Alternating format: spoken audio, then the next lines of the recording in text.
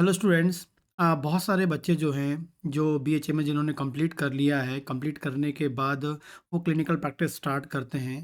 तो clinical practice start करते हैं तो वो पूछते हैं, बहुत सारे बच्चे क्वेश्चन कर रहे हैं, बहुत सारे बच्चे कि सर मुझे क्लिनिकल प्रैक्टिस को प्रॉपरली रन करने के लिए, क्लिनिक को प्रॉपर रन करने के लिए कौन सी बुक्स मेरे पास होनी चाहिए, कौन-कौन सी रिक्वायरमेंट होती है पेशेंट को ट्रीट करने के लिए, पेशेंट को डायग्नोस करने में हेल्प करने के लिए, पेशेंट को प्रॉपरली क्योर करने में जो मुझे हेल्प करे। तो वो सब मैं आपको बताने वाला हूँ। एंड इम्पॉर्टेंटली मैं आपको बता दूँ कि कोई भी बंदा है, कोई भी जो डॉक्टर बनता है, उसके बाद जब क्लिनिकल प्रैक्टिस स्टार्ट करता है, तो धीरे-धीरे अपनी क्लिनिकल प्रैक्टिस स्टार्ट उसकी जब डे बाय डे वो अपनी प्रैक्टिस को रन करेगा, चलता रहेगा और डे बाय डे उसमें इम्प्रूवमेंट आएगा।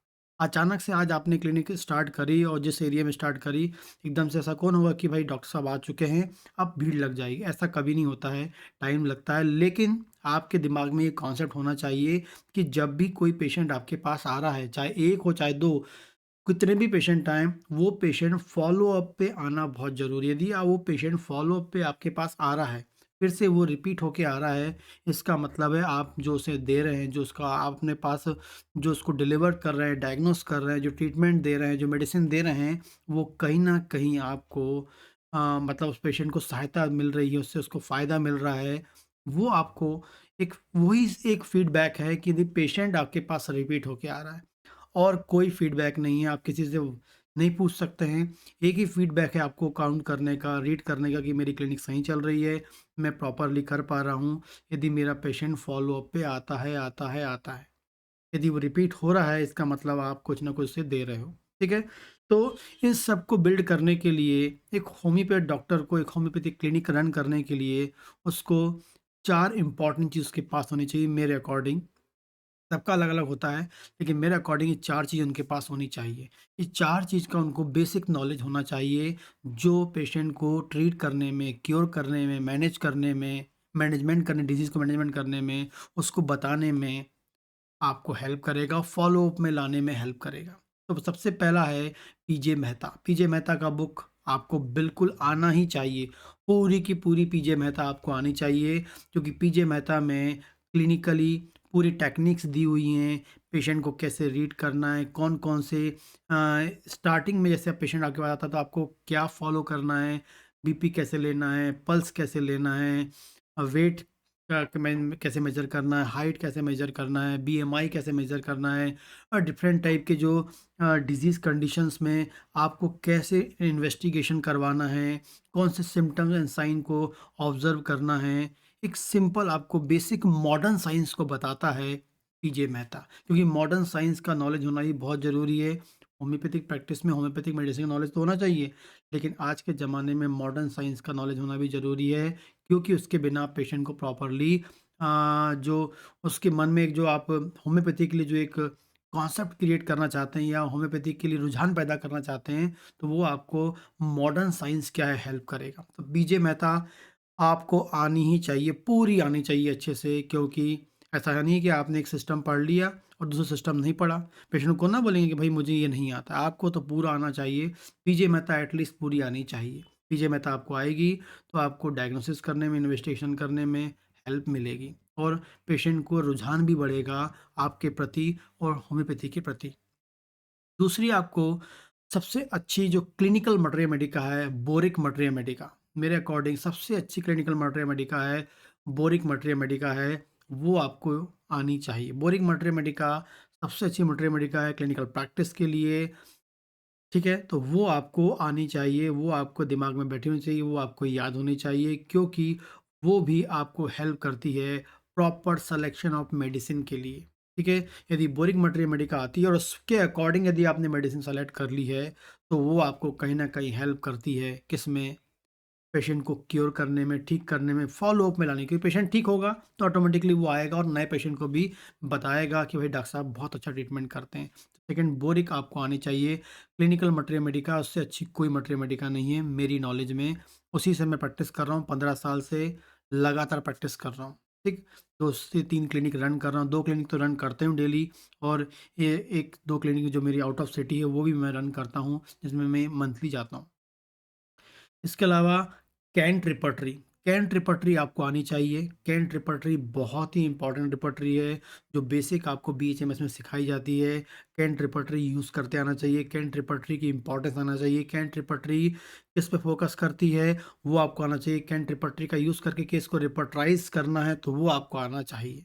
ठीक है, तो कैंट रिपर्टरी आपको आनी चाहिए। कैंट रिपर्टरी बहुत ज़रूरी है, इसका नॉलेज आपको होना चाहिए। तो कैंट रिपर्टरी से रिपर्टराइज करके भी केस आप लेते हैं। ठीक है, अकॉर्डिंग टू कंडीशन, आपका जो पेशेंट है उसके कंडीशन के अकॉर्डिंग आपको केस लेना है, क्या बोरी के अकॉर्डिंग जाना है या कैंट के। लेकिन कैंट आपको आनी चाहिए, कम से कम एक रिपोर्टरी में कैंट तो आपको आनी ही चाहिए। कैसे रिपर्टाइज करना है, किस तरीके से उसके चैप्टर्स को स्टडी करनी है, वो अपन को आनी चाहिए। ठीक है, पूरी कैंट रिपर्टरी आप याद तो नहीं कर सकते हैं, लेकिन कैंट रिपर्टरी को यूज़ कैसे करना है, उस रिपर्टरी का यूज़ करके केस को रिपर्टराइज कैसे करना है, आपको वो आना ही चाहिए, क्योंकि बहुत इम्पोर्टेंटली है। ठीक है, इसके बाद बहुत इम्पोर्टेंट है आज के ज़माने के मॉडर्न साइंस के लिए होम्योपैथिक सॉफ्टवेयर। यदि मैं होम्योपैथिक सॉफ्टवेयर वर्ड ही बोल रहा हूँ, इसका मतलब है आपको कंप्यूटर के बारे में बात कर रहा हूँ। कंप्यूटर आपको इसमें आना चाहिए, कंप्यूटर का नॉलेज होना चाहिए, चाहे वो लैपटॉप यूज़ करें, चाहे डेस्कटॉप यूज़ करें, प्रॉपरली कंप्यूटर का नॉलेज आपको होना चाहिए, क्योंकि आज के ज़माने में कंप्यूटर का नॉलेज होना बहुत ज़रूरी है, जो आपकी होम्योपैथिक प्रैक्टिस को बिल्ड कर सकता है। ठीक है, तो होम्योपैथिक सॉफ्टवेयर आपको, एक होम्योपैथिक सॉफ्टवेयर कोई सा भी आपको आना चाहिए, जो हेल्प करता है आपको रिपर्टराइज करने में, केस को रिपर्टराइज करने में। आपके होम्योपैथिक सॉफ्टवेयर में बोरिक मटेरियल मेडिका भी होती है, बोरिक रिपर्टरी भी होती है, कैंट रिपर्टरी भी होती है। तो आप जिस रिपर्टरी का यूज़ करके केस को रिपर्टराइज करना चाहते हैं, बहुत फास्ट करना चाहते हैं, तो होम्योपैथिक सॉफ्टवेयर्स का यूज़ कर सकते हैं, जो आपको हेल्प करता है केस को जल्दी रिपर्टराइज करने में। यदि कैंट रिपर्टरी आप यूज़ करेंगे तो उस सामने आपको बुक खोलनी पड़ेगी, थोड़ा सा वो टफ टास्क होता है। लेकिन उसको आप एक स्टाइलिश करने के लिए या एक बहुत कम टाइम में, उसको कॉम्पैक्ट टाइम में करने के लिए, केस को रिपर्टाइज करने में आप होम्योपैथिक सॉफ्टवेयर का आप यूज़ कर सकते हैं। आज के टाइम में यूज़ करना ही चाहिए, क्योंकि बहुत ज़रूरी है। ठीक है, और आप कम टाइम में बहुत सारे काम कर सकते हैं सॉफ्टवेयर का यूज़ करके। बहुत सारे सॉफ्टवेयर से अवेलेबल हैं जो आपको यूज़ करना है। यदि आप मेरे से पूछना चाहेंगे तो आप मुझे कमेंट करके पूछ लीजिएगा, मैं आपको उसका आंसर दे दूँगा कौन सा सॉफ्टवेयर बेस्ट होता है। लेकिन ये 4 इम्पोर्टेंट चीज़ आपकी क्लिनिकल प्रैक्टिस, आप यदि आज क्लिनिकल प्रैक्टिस स्टार्ट कर रहे हैं, तो पीजे मेहता आपको आनी चाहिए, बोरिक आपको याद होनी चाहिए, पीजे मेहता पूरी याद होनी चाहिए, बोरिक आपको याद होनी चाहिए, कैंट रिपर्टरी यूज़ करते आनी चाहिए और आपको होम्योपैथिक सॉफ्टवेयर चलाते आना चाहिए। 4 चीज़ यदि आपको आती है और आज आप प्रैक्टिस चालू करते हैं, तो 100% आप सक्सेस हो सकते हैं। तो क्लिनिकल प्रैक्टिस को स्टार्ट करने से पहले ये 4 इम्पोर्टेंट चीज़ पे आप फ़ोकस करिए, क्योंकि बहुत सारे बच्चों को पता नहीं होता है कि प्रैक्टिस करने से पहले मुझे क्या करना है। तो ये 4 इम्पोर्टेंट चीज़ आपको करनी है। और जो भी आप केस आप रिकॉर्ड बनाते हैं, कई लोग मैंने देखा है कि उसको पेपर में, डायरी में मेंटेन करते हैं। आप उसको लैपटॉप में ही एक ऑनलाइन लेवल पे या लैपटॉप लेवल पे आप इसको, डिजिटल लेवल पे इसको आप रिकॉर्ड रखें प्रॉपर पेशेंट का।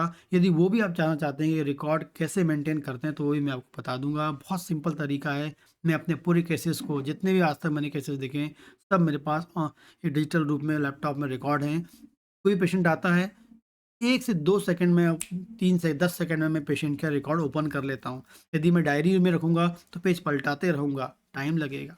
लेकिन मैं तुरंत अपने केस को ओपन कर लेता हूँ और देख पाता हूँ कि उसको पहले क्या दिया था और क्या मैंने उसकी हिस्ट्री ली थी। ठीक है?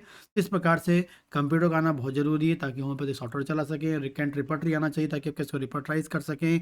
बोरिक मटेरियल का याद होनी चाहिए एंड पीजे मेहता आपको याद होनी चाहिए, तभी आप अच्छी प्रैक्टिस कर सकते हैं, अच्छे प्रैक्टिशनर बन सकते हैं। और केस को आप, या जो भी पेशेंट आप लेते हैं, उसको फ़ॉलो-अप में आ रहा है, आपका मतलब जो क्लिनिक है चल रहा है। और क्लिनिक जब भी स्टार्ट करें, तो ऐसा नहीं कि आज आपने चालू किया तो आज से भीड़ लगना चालू हो जाएगी। आप टाइम दीजिए, 1 साल, 2 साल, 3 साल, कम से कम 3 साल का टाइम देना चाहिए। आप 3 साल में सक्सेस हो ही जाएँगे, मुझे पता है, यदि आपको ये चारों चीज़ अच्छे से आती है तो। ख़ासकर पीजे मेहता और बोरिक यदि आपको याद है, तो वो तो आप सक्सेस कर ही लेंगे। ठीक? इसके अलावा आप क्लिनिकल प्रैक्टिस के लिए, आप यदि आप नए स्टार्ट कर रहे हैं और थेरापेटिक पॉइंट ऑफ व्यू से आप जानना चाहते हैं, पेशेंट को ट्रीट करना चाहते हैं, तो आप मेरा 12 टिश्यू रेमेडी का, बायोकेमिक मेडिसिन का 300 डिजीज़ के थेराप्स को लेके बताया मैंने, उसमें 300 डिजीज़ के थेरापेटिक इंडिकेशन बताए हैं 12 टिश्यू रेमेडीज़ के, वो आप ज्वाइन कर सकते हैं। मेरे ऐप में जाकर ऐप में का जो लिंक है डिस्क्रिप्शन में दिया हुआ है, वहाँ से आप इंस्टॉल कर लीजिए और आप उसको इंस्टॉल करके उस कोर्स को जॉइन कर सकते हैं। इसके आप बावजूद भी कोई क्वेश्चन है तो आप मुझे कमेंट करके पूछिए, उसका मैं आंसर वीडियो बना के आपको दे दूँगा। ठीक?